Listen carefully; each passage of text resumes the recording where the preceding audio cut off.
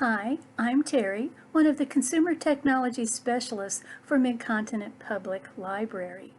And as we look at Google Sheets today, we are going to make it just more attractive.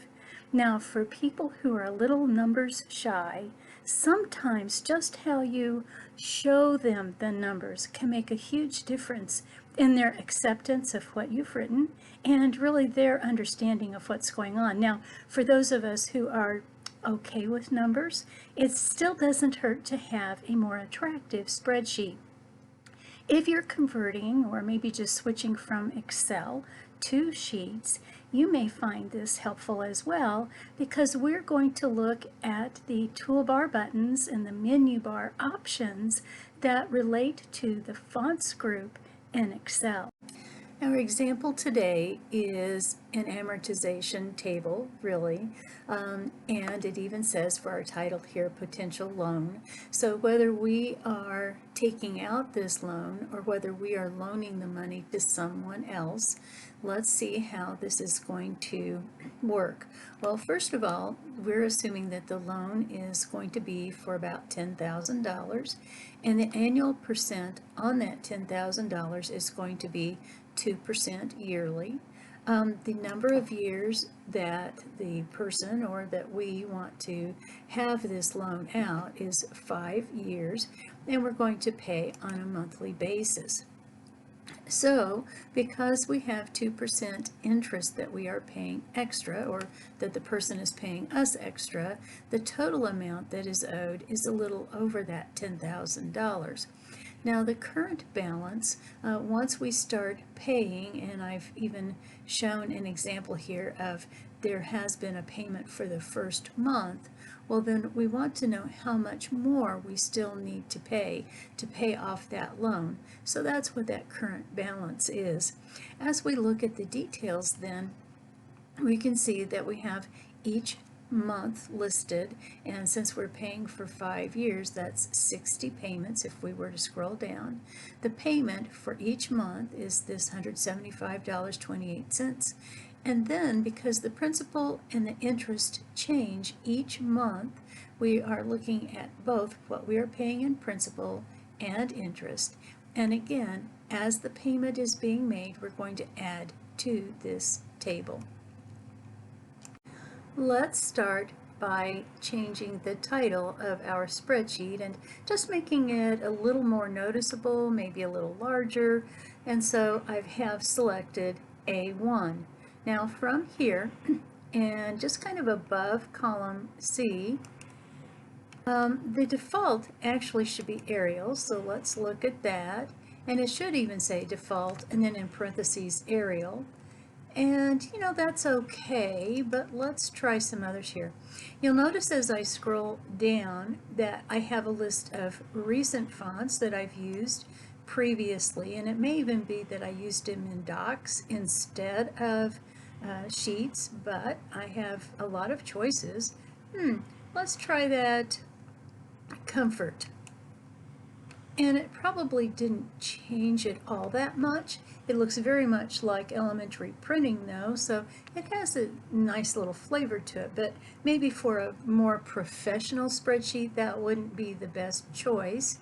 Well, let me click again, and you'll notice that as I go through this list, we don't really get a preview of how that's going to look. So you just have to keep trying until you find one that you like. I kind of like that Breeze Serif. Let's look at it. That looks kind of fun, has some personality. So let's stay with that. Now, to the right of the font, I have the font size. And again, if I click on that drop down and I hover my mouse over the different sizes, I don't get a preview. I just know that the default size here is 10, which generally is kind of small. So I think I'm going to try 14, and that's not bad. Let's see what 18 does. Ooh, that is even maybe a little nicer. So now we have Breeze Serif and size 18. Now that I've changed the title, I might decide to change the column headings as well. That would be kind of nice to have them stand out. So I'm going to click and drag over A8 through E8. But this time I'm going to go to the menu bar, and I can change the font size by going to Format, which is in the center of that particular menu bar. Click Format, and as I go down about halfway, you'll notice that while I can change the font size, I can't change the font from the menu bar. So you're always going to use the toolbar to change the font. But for the font size, I again get essentially a drop down and a check mark to show me that I have 10 point as the default. But let's enlarge those just a little bit. Let's go to 12. And again, I don't get a preview, but when I click 12, it makes those larger and easier to read. To the right of the font and the font size on the toolbar, you have bold, italic, and strike-through. Let's see how those work with our column headings that we selected in row 8. So since they're already selected, we could just go to bold and click, and it makes them all very much darker and, well, bold. To turn that off, we would simply click the B again, and they go back to normal. I kind of like those. Let's leave the bold on. Now to the right of that, we have the I for italics, and you can even see what italics would look like. So let's use that as well. You sometimes have to be careful with italics because depending on the font, and maybe the fancier the font, the harder italics gets to read. And while it can be used to great effect, the more it's used, sometimes the less that effect actually works. So be careful, but certainly feel free to use it. Our last choice here is strike-through. And when I select strike-through, notice how it draws a line in the vertical center of each one of those words.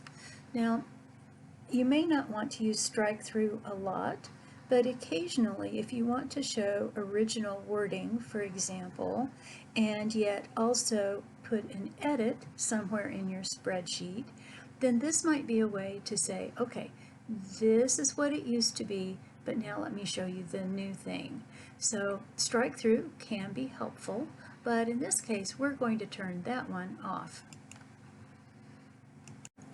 Let's also see if we have bold, italic, and strike-through in the menu bar. So I think I'd like to change these headings here, the amount, the APR, the number of payments per year, and then we'll go to Format in the menu bar, and in this, I guess really third section, we have bold. So let's bold those words.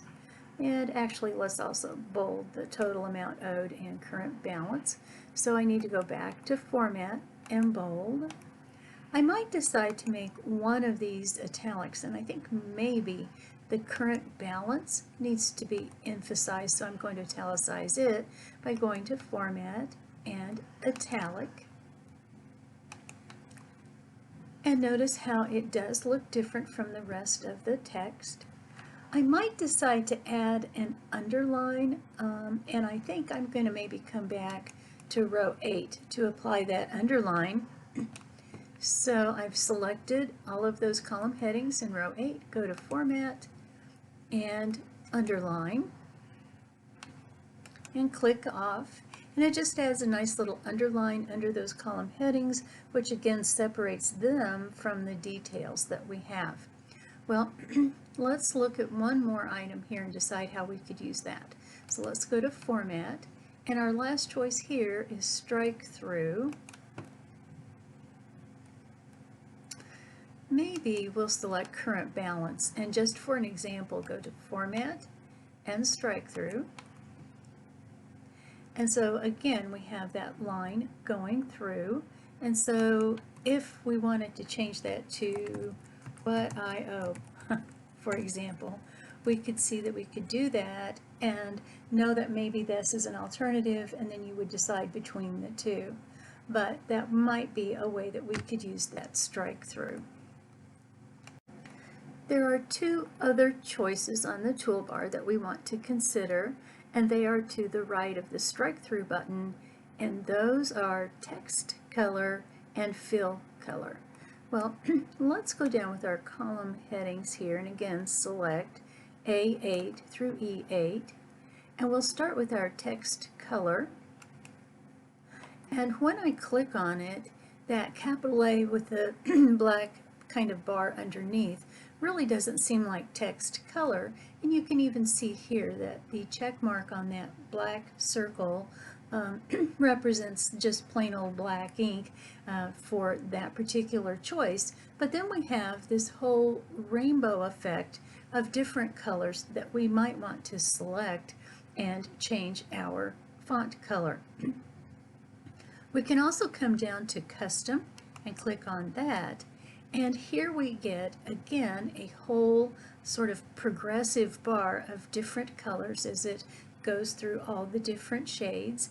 If you know the hexadecimal equivalent to a particular number, and sometimes marketing departments, for example, have that information, then you could simply type in the number.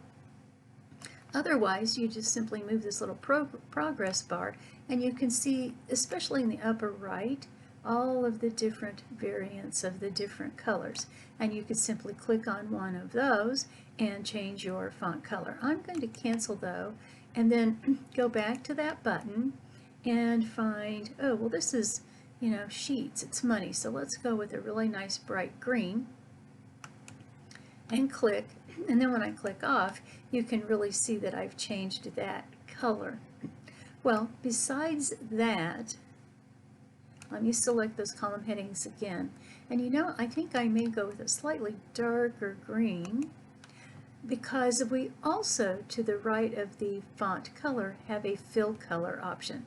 When you click the fill color option, and it sort of looks like just a cup with some paint in it, again, we get those same colors, that same possibility of colors anyway.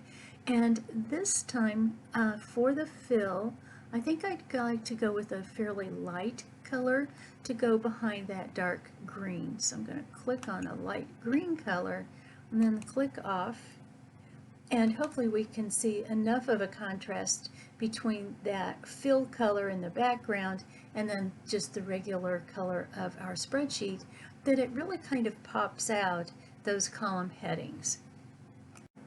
From time to time, as you come back and look at your spreadsheet and see how you have formatted the fonts in particular, then you might look at them and say, I'm not sure why I did that. So I have this D4 selected where I've placed strike through current balance, and as a reminder, we also have this as bold and italic. But what if I decide I really want to just clear out all of the formatting and kind of start over? Well, that becomes really important at times. So the only place we can do that though is to go to Format, and then almost all the way down to the bottom, actually to the bottom of that drop-down menu where we have clear formatting, and where you get an italics T with a Ghostbuster symbol, and we'll clear the formatting. For the last example, let's scroll down a little ways so that we can more easily see just a whole lot more of the detail that's in our spreadsheet. And one thing that I notice is that while I can certainly tell the different cells, for example, this is A10 and this is B10, the dividers between the cells, which are called grid lines, are just a really light color that are even sometimes a little difficult to see. But when you print them on paper, when you print the spreadsheet on paper, you won't see any grid lines at all. Well, that can be kind of problematic because lots of times you want to see really nice, dark, heavy lines that separate the different cells. It just makes reading a spreadsheet easier to do. So I'm going to select all of these cells that are visible, at least in our detail, and then I'm going to go to the right of the Fill Color button to this button that looks like 4 little squares, and it's called the Borders button. When I click on it, starting in the upper left of this particular drop-down, you can see that it says All Borders, which means that the top, bottom, left, right borders of a cell will all get a darker line. To the right of that, we have Inner Borders, which means of what I've selected, the outer borders will not appear, but these inner borders that separate actually most of the cells will be visible. And then you have this nice feature where you can have horizontal borders or vertical borders only and not the other. And then we have outer borders. Now my suggestion is you always start with thin, all borders, and then you go to thicker outer borders that just make everything pop out and a little easier to read. Below that, we have a left border, a top border, a right border, or just a bottom border, depending. And then if you decide that you don't like the borders, you have a Clear Borders button. To the right of Clear Borders, we have some border styles. So while the default is generally a thin, dark line, you could have variations of that line by it getting a little bit thicker, or you could have dots and dashes, or even a double line if you prefer. Well, we'll stick with this thin line for now. Now, above this button, we have a Borders button that's for color. And generally, let me click, you will see that you have a check mark here on the black circle, because for the most part, printers have black ink, and so that's what it's going to default to. Above all of the colors, you can see that you have a choice for no borders, so you can turn off borders if you have some on and decide they aren't needed. But you have all of these different colors that are possible for your borders if you would like to add that as well. Well, we'll just go with the plain old black border for now, and we're going to go with all borders, and we'll click. And let me click off so that you can see, and let me even scroll up a little bit so that we can contrast the cells with borders as opposed to the cells that just have grid lines only. And there's really a nice contrast here. I can really see what the different details are. Now, one of the things that you may want to do, and again, let me scroll down, is let me select all of these that are visible, go back to borders, and let's go with a thicker line, and then we'll go with the outside borders. And you'll notice now how we have this nice outside border that really distinguishes this table from, say, another spreadsheet that might also be on that worksheet. Let me scroll down a little bit more, because what we really want to do then is occasionally people like to separate different parts of their spreadsheet. So, for example, principal and interest are nice to know, and certainly payment always stays the same. I don't need to do anything special with that, but people might decide that they'd really like to kind of highlight this principal and interest area. So let's go back to borders and make sure we have everything selected the way we want it. We want to make sure that our border has stuck at that thick line, and now we want to go to the outside border, and you can see now that I've added in some visual interest just for principal and interest, and it separates those from the rest of the spreadsheet. I can also, as we saw earlier, change the border color. So let's go with the column headings here, go back to our borders button, and we want to change the color. We were in the greens. I guess we could do a contrasting color. Let's do something way crazy. And then we also want to be sure that we have a nice thick border style, and we'll do outer borders here. And so now as I scroll up, you can see that I have this contrasting color of the border, and it's not necessarily what I would personally choose, but it's easy enough to change the border color, the border thickness, and even what kind of border you have. But all in all, that makes a huge difference in the readability of your spreadsheet. To learn even more, be sure to go to mymcpl.org/online learning, where you will find great online resources that include Universal Class, lynda.com, and Learning Express Library. Tune in each week as we introduce new videos on a variety of tech topics. You can find us at 1 o'clock on Wednesday and Friday and 2 o'clock on Tuesday. Be sure to find us on Facebook at MCPL 360, or if you prefer, be sure to subscribe to our YouTube channel at MCPLMO, where you can find our MCPL Consumer Technology Resources playlist.